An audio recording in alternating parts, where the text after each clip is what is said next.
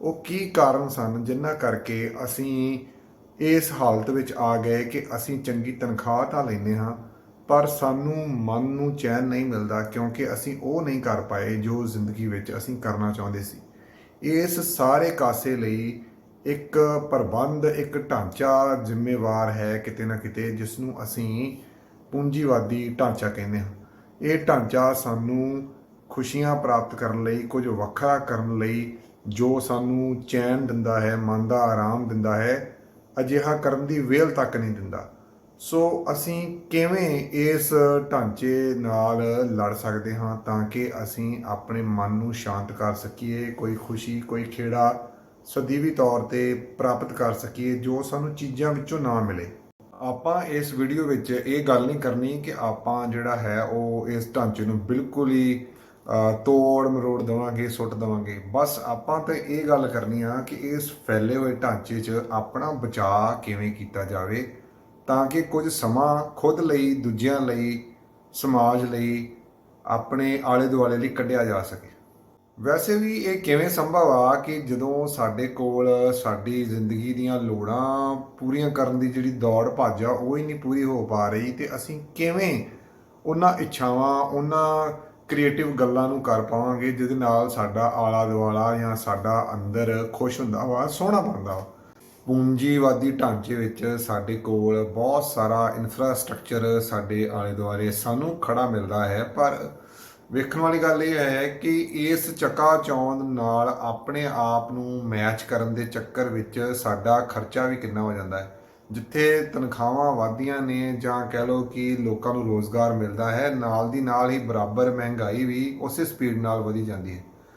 ਸੋ ਇੱਕ ਇਨਸਾਨ ਆਪਣੇ ਆਪ ਨੂੰ ਉਸ ਹਾਲਾਤ ਦੇ ਬਰਾਬਰ ਕਰ ਹੀ ਨਹੀਂ ਸਕਦਾ ਜੋ ਇਸ ਢਾਂਚੇ ਨੇ ਸਿਰਜੇ ਨੇ। ਮੰਨ ਲਓ ਇੱਕ ਬੰਦਾ ਮਾਲ ਵਿੱਚ ਕੰਮ ਕਰਦਾ ਹੈ। ਜਿਹੜਾ ਉਹ ਬੰਦਾ ਮਾਲ 'ਚ ਕੰਮ ਕਰਦਾ ਹੈ, ਕੀ ਤੁਸੀਂ ਇਹ ਸੋਚ ਸਕਦੇ ਹੋ ਕਿ ਉਹ ਮਾਲ ਵਿੱਚ ਹੀ ਖਰਚਾ ਕਰ ਲਵੇਗਾ? ਉਸ ਬੰਦੇ ਲਈ ਮਾਲ ਵਿੱਚ ਖਰਚਾ ਕਰਨਾ ਮੇਰੇ ਖਿਆਲ ਨਾਲ ਬੜੀ ਟੇਢੀ ਖੀਰ ਹੋਵੇਗੀ, ਕਿਉਂਕਿ ਜੇ ਉਹਨੂੰ 15 ਤੋਂ ਲੈ ਕੇ ਜੇ 40,000 ਤੱਕ ਵੀ ਮਿਲਦਾ ਹੋਵੇ, ਸ਼ਾਇਦ ਮੈਂ ਜ਼ਿਆਦਾ ਕਹਿ ਰਿਹਾ ਵਾਂ, ਉਹਦੇ ਨਾਲ ਵੀ ਉਹ ਮਹਿੰਗੀਆਂ ਮਹਿੰਗੀਆਂ ਸ਼ਰਟਸ, ਮਹਿੰਗਾ ਮਹਿੰਗਾ ਖਾਣਾ ਜੋ ਦੁੱਗਣੇ ਤਿਗਣੇ ਦਾਮ 'ਤੇ ਜਾਂ ਕਹਿ ਲਓ ਕਿ ਅਨਅਫੋਰਡੇਬਲ ਪ੍ਰਾਈਸ 'ਤੇ ਉਹਨਾਂ ਨੂੰ ਦਿੱਤਾ ਜਾਂਦਾ ਵਾ। ਉਹਨਾਂ ਦੇ ਵੱਸ ਦੀ ਗੱਲ ਨਹੀਂ ਆ ਕਿ ਉਹਨੂੰ ਉਹ ਖਰੀਦ ਕੇ ਲਗਾਤਾਰ ਖਾ ਲੈਣ। ਹੋ ਸਕਦਾ ਹੈ ਮਹੀਨੇ ਪਿੱਛੋਂ ਕੋਈ ਖਾ ਲਵੇ। ਇੱਕ ਹੋਰ ਚੀਜ਼ ਜੋ ਬੜੀ ਆਮ ਆ ਇਸ ਢਾਂਚੇ ਵਿੱਚ, ਉਹ ਆ ਮੋਬਾਈਲ ਫੋਨ ਤੇ ਮਹਿੰਗੇ ਮਹਿੰਗੇ ਗੈਜਟਸ ਦਾ ਸ਼ੌਂਕ। ਮੈਂ ਇੱਕ ਰਿਸਰਚ ਪੜ੍ਹ ਰਿਹਾ ਸੀਗਾ, ਉਹਦੇ ਵਿੱਚ ਦੱਸਿਆ ਕਿ ਇੱਕ ਐਵਰੇਜ ਜੋ ਇੰਡੀਅਨ ਆ, ਜੇ ਉਹ ਆਈਫੋਨ ਦਾ ਪ੍ਰੋ ਨਵਾਂ ਮਾਡਲ ਖਰੀਦਣਾ ਚਾਹਵੇ ਤਾਂ ਉਹਦੀ ਸੈਲਰੀ ਦਾ 20 ਤੋਂ 25% ਆਈਫੋਨ ਖਰੀਦਣ ਤੇ ਹੀ ਖਰਚ ਹੋ ਜਾਊਗਾ। ਇੰਡੀਆ ਦੀ ਤੇ ਇਹ ਗੱਲ ਆ। ਪਾਕਿਸਤਾਨ ਦੀ ਹਾਲਤ ਇਹ ਆ ਕਿ ਜਿਹੜਾ ਉੱਥੋਂ ਦਾ ਐਵਰੇਜ ਸਾਲਾਨਾ ਕਹਿ ਲਓ ਕਿ ਮੁਆਵਜ਼ਾ ਕਿਸੇ ਨੂੰ ਮਿਹਨਤ ਦਾ ਮਿਲਦਾ ਹੈ, ਉਹਦਾ 104%, ਯਾਨੀ ਕਿ ਉਹਦੀ ਪ੍ਰਾਪਤੀ ਨਾਲੋਂ ਵੀ ਥੋੜ੍ਹਾ ਜਿਹਾ ਵੱਧ ਜੇ ਉਹ ਖਰਚੂਗਾ ਤਾਂ ਫਿਰ ਉਹ ਨਵਾਂ ਪ੍ਰੋ ਮਾਡਲ ਆਈਫੋਨ ਦਾ ਲੈ ਸਕਦਾ। ਸੋ ਇਹ ਇੱਕ ਨਿਜ਼ਾਮ ਸਾਡੇ ਆਲੇ ਦੁਆਲੇ ਸਿਰਜਿਆ ਗਿਆ ਵਾ, ਜਿੱਤੋਂ ਖੁਦ ਮਾਰਕਸਵਾਦੀ, ਕਿਉਂਕਿ ਸੋਚ ਦਾ ਪ੍ਰਭਾਵ ਬਹੁਤ ਹੀ ਧੁੰਦਲਾ ਹੁੰਦਾ ਜਾ ਰਿਹਾ ਵਾ, ਉਹ ਵੀ ਨਹੀਂ ਬਚ ਪਾਉਂਦੇ। ਉਹ ਵੀ ਮੈਂ ਮਹਿੰਗੇ ਮਹਿੰਗੇ ਬ੍ਰਾਂਡ ਪਾਉਂਦੇ ਵੇਖੇ ਨੇ। ਜਿਹੜੇ ਮੈਨੂੰ ਜਾਣਦੇ ਨੇ ਉਹ ਸੌਰੀ ਇਸ ਗੱਲ 'ਤੇ ਗੁੱਸਾ ਵੀ ਕਰਨਗੇ ਕਿ ਮੈਂ ਇੱਦਾਂ ਕਿਉਂ ਕਹਿ ਰਿਹਾ, ਪਰ ਅਸਲੀਅਤ ਇਹੀ ਆ ਕਿ ਅਸੀਂ ਇੰਨੇ ਕੁ ਜ਼ਿਆਦਾ ਪੂੰਜੀਵਾਦੀ ਢਾਂਚੇ ਦੇ ਥੱਲੇ ਆ ਚੁੱਕੇ ਹਾਂ। ਜਿਵੇਂ ਕਿ ਇੱਕ ਵਾਰੀ ਗੱਲਾਂ ਗੱਲਾਂ 'ਚ ਇੱਕ ਵਿਚਾਰ ਆਇਆ ਸੀਗਾ ਕਿ ਹਾਥੀ ਦੇ ਪੈਰ ਵਿੱਚ ਸਾਰਿਆਂ ਦਾ ਪੈਰ ਹੁੰਦਾ। ਸੋ ਭਾਵੇਂ ਕੋਈ ਧਾਰਮਿਕ ਹੋਵੇ ਨਾ ਹੋਵੇ, ਹਰ ਤਰ੍ਹਾਂ ਦਾ ਬੰਦਾ ਉਹ ਇਸ ਢਾਂਚੇ ਦੇ ਕਾਬੂ ਵਿੱਚ ਆ, ਅਤੇ ਇਹਦੇ ਤੋਂ ਬਾਹਰ ਮੇਰੇ ਖਿਆਲ ਨਾਲ ਉਹ ਨਹੀਂ ਆ। ਜੇ ਉਹ ਹੈਗਾ ਵਾ ਤਾਂ ਉਹ ਝੂਠਾ ਦਾਅਵਾ ਕਰ ਰਿਹਾ, ਕਿਉਂਕਿ ਮੈਂ ਇੱਕ ਹੋਰ ਧਰਮ ਦੇ ਸਥਾਨ 'ਤੇ ਵੀ ਗਿਆ ਸੀਗਾ। ਉੱਥੇ ਵੀ ਮੈਂ ਵੇਖਿਆ ਕਿ ਜਿਹੜੇ ਸ਼ਿਸ਼ ਸੀਗੇ, ਚੇਲੇ ਸੀਗੇ, ਉਹ ਵਿਹਲੇ ਟਾਈਮ ਵਿੱਚ ਆਈਫੋਨ ਫੜ ਕੇ ਜਾਂ ਹੋਰ ਕੋਈ ਮਹਿੰਗਾ ਫੋਨ ਫੜ ਕੇ ਜਿਹੜਾ ਵਾ ਲਗਾਤਾਰ ਆਪਣਾ ਵੀਡੀਓਜ਼ ਵਗੈਰਾ ਵੇਖ ਰਹੇ। ਉਹ ਕਿਹੜਾ ਧਿਆਨ ਜਾਂ ਕਿਹੜੀ ਭਗਤੀ ਕਰਦੇ ਹੋਣਗੇ, ਮੈਨੂੰ ਨਹੀਂ ਲੱਗਦਾ ਕਿ ਉਹ ਕੋਈ ਇਹੋ ਜਿਹਾ ਕਰ ਰਹੇ ਨੇ। ਸੋ ਇਹ ਢਾਂਚਾ ਐਸਾ ਢਾਂਚਾ ਵਾ ਜਿਹਨੇ ਸਾਰਿਆਂ ਨੂੰ ਆਪਣੀ ਜਕੜ ਵਿੱਚ ਲਿਆ ਵਾ। ਹੁਣ ਆਪਾਂ ਇਸ ਵੀਡੀਓ 'ਚ ਉਹਨਾਂ ਗੱਲਾਂ 'ਤੇ ਧਿਆਨ ਦੇਣਾ ਜਿਨ੍ਹਾਂ ਰਾਹੀਂ ਅਸੀਂ ਇਸ ਢਾਂਚੇ ਨਾਲ ਥੋੜ੍ਹਾ ਬਹੁਤਾ ਲੜ ਸਕਦੇ ਹਾਂ ਅਤੇ ਆਪਣਾ ਬਚਾਅ ਕਰ ਸਕਦੇ ਹਾਂ। ਇਹ ਕੁਝ ਆਦਤਾਂ ਨੇ ਜੋ ਸਾਨੂੰ ਅਪਣਾਉਣੀਆਂ ਪੈਣਗੀਆਂ ਅੱਜ ਨਹੀਂ ਤਾਂ ਕੱਲ੍ਹ, ਤਾਂ ਕਿ ਅਸੀਂ ਆਪਣੇ ਲਈ, ਆਪਣੇ ਬੱਚਿਆਂ ਲਈ, ਆਲੇ ਦੁਆਲੇ ਲਈ ਕੋਈ ਟਾਈਮ ਕੱਢ ਸਕੀਏ। ਸੋ ਇਹ ਕੁਝ ਤਰੀਕੇ ਹਨ ਜੋ ਮੈਂ ਤੁਹਾਨੂੰ ਦੱਸਣਾ ਚਾਹਾਂਗਾ। ਨੰਬਰ 1 ਹੈ ਪੋਜੈਸਿਵਨੈਸ ਦੀ, ਜੋ ਸਾਡੇ ਅੰਦਰ ਇੱਕ ਭਾਵਨਾ ਹੈ ਉਹਨੂੰ ਦਬਾਉਣਾ। ਉਹ ਕੀ ਹੈ ਕਿ ਮੈਂ ਸਾਰਾ ਕੁਝ ਇਕੱਠਾ ਕਰ ਲਵਾਂ। ਪਹਿਲਾਂ ਇੱਕ ਕਾਰ ਸੀ, ਹੁਣ 2 ਹੋ ਜਾਣ, 2 ਤੋਂ 3 ਘਰ, ਵੱਡਾ ਘਰ, ਉਸ ਤੋਂ ਵੱਡਾ ਘਰ। ਇਹ ਸਾਰੀ ਜੋ ਸੋਚ ਹੈ, ਦੌੜ ਹੈ, ਇਹ ਸਾਨੂੰ ਆਪਣੇ ਲਈ ਟਾਈਮ ਕੱਢਣ ਤੋਂ ਰੋਕਦੀ ਹੈ। ਇੰਨੀਆਂ ਚੀਜ਼ਾਂ ਇਕੱਠੀਆਂ ਕਰ ਲੈਣ ਤੋਂ ਬਾਅਦ ਅਸੀਂ ਉਹਨਾਂ ਚੀਜ਼ਾਂ ਦੇ ਗੁਲਾਮ ਹੋ ਜਾਂਦੇ ਹਾਂ ਅਤੇ ਉਹਨਾਂ ਦੀ ਸਾਂਭ ਸੰਭਾਲ 'ਤੇ ਹੀ ਸਾਡਾ ਵਾਧੂ ਦਾ ਜੋ ਹੈ ਸਮਾਂ ਜਾਇਆ ਜਾਂਦਾ ਹੈ। ਮੈਂ ਇੱਥੇ ਇੱਕਦਮ ਮੈਨੂੰ ਯਾਦ ਆਇਆ ਕਿ ਕਿਸੇ ਵੀਰ ਭਰਾ ਨੇ ਆਪਣੀ ਵਡੇਰੀ ਉਮਰੇ ਇੱਕ ਬਹੁਤ ਉੱਚੀ ਬਹੁ ਮੰਜ਼ਿਲਾ ਇਮਾਰਤ ਖੜੀ ਕੀਤੀ, ਉਹ ਵੀ ਇੱਕ ਪਿੰਡ ਵਿੱਚ, ਜਿੱਥੇ ਕਿ ਸ਼ਾਇਦ ਉਹ ਰੋਜ਼ਾਨਾ ਉੱਪਰ ਜਾ ਕੇ ਚੜ੍ਹ ਵੀ ਨਹੀਂ ਸਕਦੇ। ਪਰ ਪਤਾ ਨਹੀਂ ਕਿਵੇਂ ਇਹ ਸੋਚ ਉਹਨਾਂ ਦੇ ਦਿਮਾਗ ਵਿੱਚ ਆਈ ਅਤੇ ਉਹਨਾਂ ਨੇ ਐਡੀ ਵੱਡੀ ਇਮਾਰਤ ਖੜੀ ਕਰ ਲਈ। ਹੁਣ ਗੱਲ ਕਰਦੇ ਹਾਂ ਮਸ਼ਹੂਰੀ ਦੀ। ਮਸ਼ਹੂਰੀ ਤੋਂ ਭਾਵ ਸਾਡੀ ਆਪਣੀ ਮਸ਼ਹੂਰੀ ਨਹੀਂ, ਐਡਵਰਟਾਈਜ਼ਮੈਂਟ ਜਿਹੜੀ ਆਪਾਂ ਟੀਵੀ 'ਤੇ ਦੇਖਦੇ ਹਾਂ, ਜੋ ਸਾਨੂੰ ਇਹ ਦੱਸਦੀ ਆ ਕਿ ਕੀ ਖਰੀਦਣਾ ਵਾ, ਕਦੋਂ ਖਰੀਦਣਾ ਵਾ, ਕਿੰਨਾ ਖਰੀਦਣਾ ਵਾ, ਕਿੱਥੋਂ ਖਰੀਦਣਾ ਵਾ। ਅਤੇ ਸਾਡੀ ਜਿਹੜੀ ਸੋਚ ਆ ਉਹਨੂੰ ਤਾਂ ਉਹ ਕਿਤੇ ਨਾ ਕਿਤੇ ਮਿੱਟੀ ਕਰ ਦਿੰਦੀ ਹੈ।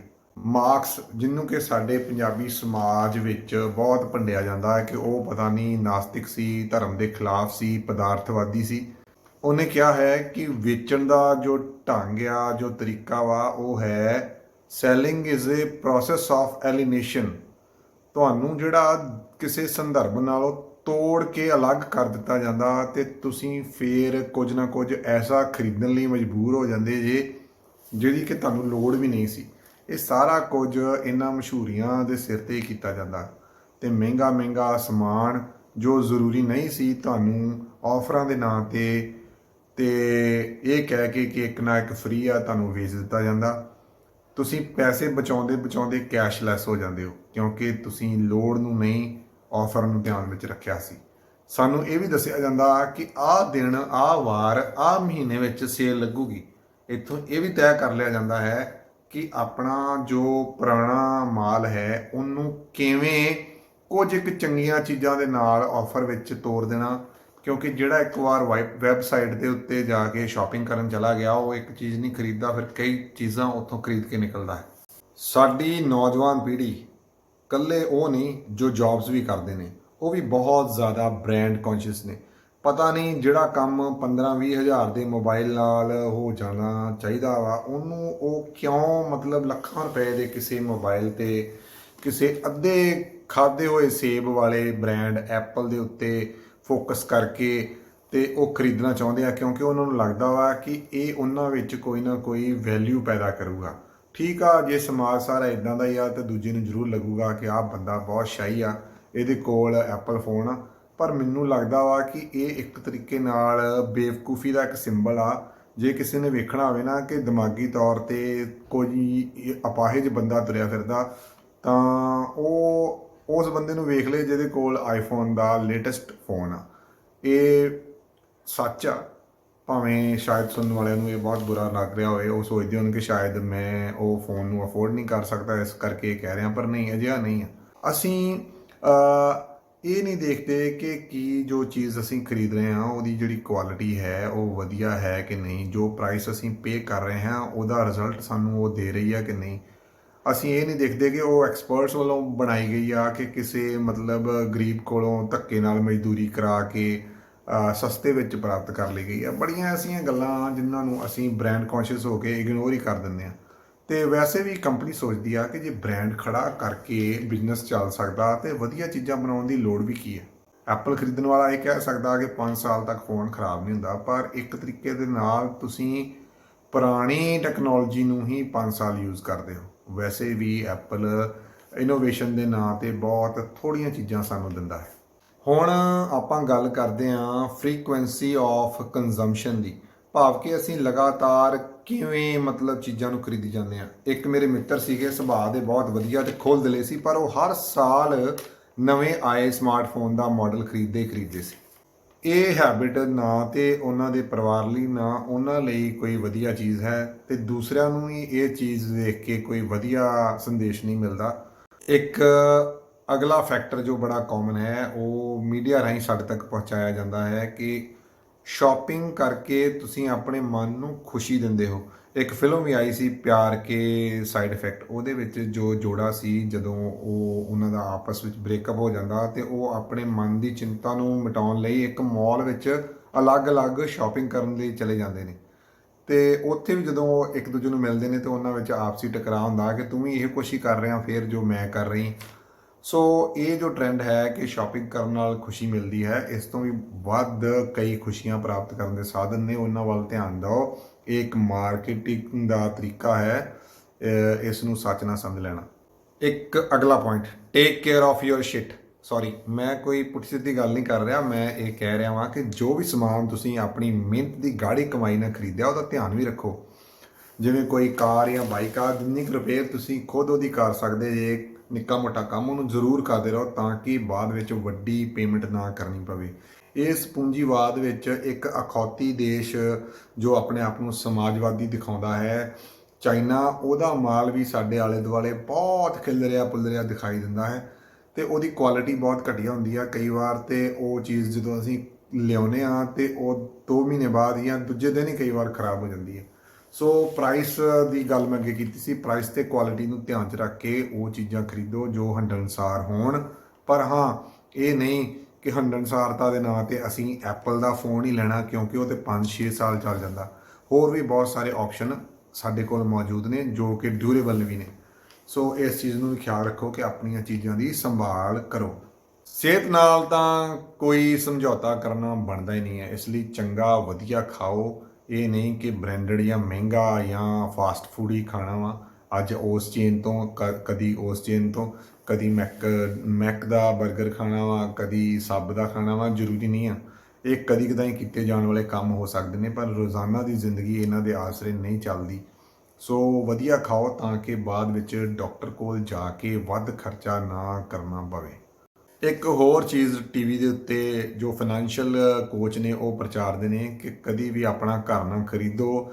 ਘਰ ਨੂੰ ਖਰੀਦਣ ਤੋਂ ਬਾਅਦ ਪਹਿਲਾਂ ਤੁਸੀਂ ਕਿਸ਼ਤਾਂ ਤਾਰੋਗੇ, ਫਿਰ ਉਹਦੀ ਜਿਹੜੀ ਰਿਪੇਅਰ ਆ ਉੱਤੇ ਪੈਸਾ ਖਰਚੋਗੇ। ਮੇਰੇ ਖਿਆਲ ਨਾਲ ਇਹ ਧਾਰਨਾ ਬੜੀ ਗਲਤ ਆ। ਘਰ ਹੋਣਾ ਚਾਹੀਦਾ ਵਾ, ਭਾਵੇਂ ਉਹ ਛੋਟਾ ਹੀ ਕਿਉਂ ਨਹੀਂ, ਤੇ ਆਪਣਾ ਹੋਣਾ ਚਾਹੀਦਾ। ਕਿਉਂਕਿ ਕਿਰਾਏ ਦੇ ਮਕਾਨ 'ਚ ਤੁਹਾਨੂੰ ਕਿਹਨੇ ਕਿਹੜੇ ਵੇਲੇ ਕਿੱਧਰ ਨੂੰ ਤੋਰ ਦੇਣਾ ਹੈ, ਸਿਕਿਉਰਿਟੀ ਤੁਹਾਨੂੰ ਫਿਰ ਦੇਣੀ ਪਏਗੀ, ਆਪਣਾ ਸਮਾਨ ਇੱਧਰ ਉੱਧਰ ਖੜਨਾ ਪਏਗਾ, ਕਈ ਪ੍ਰਾਪਰਟੀ ਡੀਲਰਾਂ ਦੇ ਚੱਕਰ ਮਾਰਨੇ ਪੈਣਗੇ। ਇਹ ਸਾਰੀਆਂ ਚੀਜ਼ਾਂ ਸਗੋਂ ਸਾਡਾ ਸ਼ੋਸ਼ਣ ਕਰਾਉਂਦੀਆਂ ਨੇ। ਸੋ ਸਾਡਾ ਘਰ ਜ਼ਰੂਰ ਹੋਵੇ, ਭਾਵੇਂ ਛੋਟਾ ਹੀ ਹੋਵੇ, ਵੈਲ ਮੇਨਟੇਨ ਜਿਸ ਨੂੰ ਅਸੀਂ ਕਰ ਸਕਦੇ ਹਾਂ, ਉਹ ਘਰ ਸਾਡਾ ਜ਼ਰੂਰ ਹੋਵੇ। ਇਹ ਰੈਂਟ ਰੁੰਟ ਦੇ ਚੱਕਰ ਉਦੋਂ ਤੱਕ ਹੀ ਨੇ ਜਦੋਂ ਅਸੀਂ ਆਪਣਾ ਘਰ ਖੁਦ ਦਾ ਅਫੋਰਡ ਨਹੀਂ ਕਰ ਸਕਦੇ। ਹਾਂ, ਇੱਕ ਹੋਰ ਚੀਜ਼ ਜੋ ਅਸੀਂ ਆਮ ਹੀ ਕਰਦੇ ਹਾਂ ਉਹ ਹੈ ਰੋਜ਼ ਦਾ ਆਉਣਾ ਜਾਣਾ, ਕੰਮ ਤੇ ਆਉਣਾ ਜਾਣਾ। ਉੱਥੇ ਵੀ ਅਸੀਂ ਵੱਡੀਆਂ ਵੱਡੀਆਂ ਗੱਡੀਆਂ ਦੀ ਵਰਤੋਂ ਕਰਦੇ ਹਾਂ। ਕੋਸ਼ਿਸ਼ ਕਰੋ ਕਿ ਪਬਲਿਕ ਟਰਾਂਸਪੋਰਟ ਦੀ ਵਰਤੋਂ ਕਰੋ। ਤੁਹਾਡੀ ਈਗੋ ਨੂੰ ਕੋਈ ਵੀ ਇਹਦੇ ਨਾਲ ਠੇਸ ਨਹੀਂ ਪਹੁੰਚੇਗੀ, ਉਲਟਾ ਕਈਆਂ ਨੂੰ ਰੋਜ਼ਗਾਰ ਮਿਲੇਗਾ ਤੇ ਪੋਲੂਸ਼ਨ ਵੀ ਘਟੇਗਾ। ਤੇ ਪਬਲਿਕ ਟਰਾਂਸਪੋਰਟ ਵਿੱਚ ਜੇਕਰ ਕੋਈ ਸਰਕਾਰੀ ਬੱਸ ਦੀ ਤੁਸੀਂ ਵਰਤੋਂ ਕਰਦੇ ਹੋ ਤੇ ਉਹਦੇ ਨਾਲ ਦੀ ਤਾਂ ਕੋਈ ਰੀਸ ਹੀ ਨਹੀਂ, ਕਿਉਂਕਿ ਤੁਸੀਂ ਕਈਆਂ ਲਈ ਨੌਕਰੀ ਦਾ ਪ੍ਰਬੰਧ ਕਰ ਰਹੇ ਹੋ। ਸੋ ਜ਼ਰੂਰ ਇਸ ਚੀਜ਼ ਵੱਲ ਵੀ ਧਿਆਨ ਰੱਖੋ। ਆਮ ਤੌਰ 'ਤੇ ਅੱਜ ਕੱਲ੍ਹ ਬੱਸਾਂ ਦੀ, ਟ੍ਰੇਨਸ ਦੀ ਸਰਵਿਸ ਬਹੁਤ ਵਧੀਆ ਹੈ ਤੇ ਅਸੀਂ ਬਹੁਤ ਹੀ ਸੇਫਟੀ ਨਾਲ ਇੱਕ ਜਗ੍ਹਾ ਤੋਂ ਦੂਜੀ ਜਗ੍ਹਾ 'ਤੇ ਟਾਈਮ ਨਾਲ ਪਹੁੰਚ ਜਾਂਦੇ ਹਾਂ। ਧੰਨਵਾਦ। ਇਹ ਸਨ ਉਹ ਚੀਜ਼ਾਂ ਜੋ ਕਰਕੇ ਅਸੀਂ ਆਪਣੇ ਲਈ ਤੇ ਦੂਜਿਆਂ ਲਈ, ਆਪਣੇ ਬੱਚਿਆਂ ਲਈ ਸਮਾਂ ਕੱਢ ਸਕਦੇ ਹਾਂ ਤਾਂ ਕਿ ਅਸੀਂ ਉਹ ਖੁਸ਼ੀ ਪ੍ਰਾਪਤ ਕਰ ਸਕੀਏ ਜਿਹਨੂੰ ਅਸੀਂ ਪੈਸਾ ਖਰਚ ਕੇ ਨਹੀਂ ਪ੍ਰਾਪਤ ਕਰ ਪਾਉਂਦੇ। ਧੰਨਵਾਦ।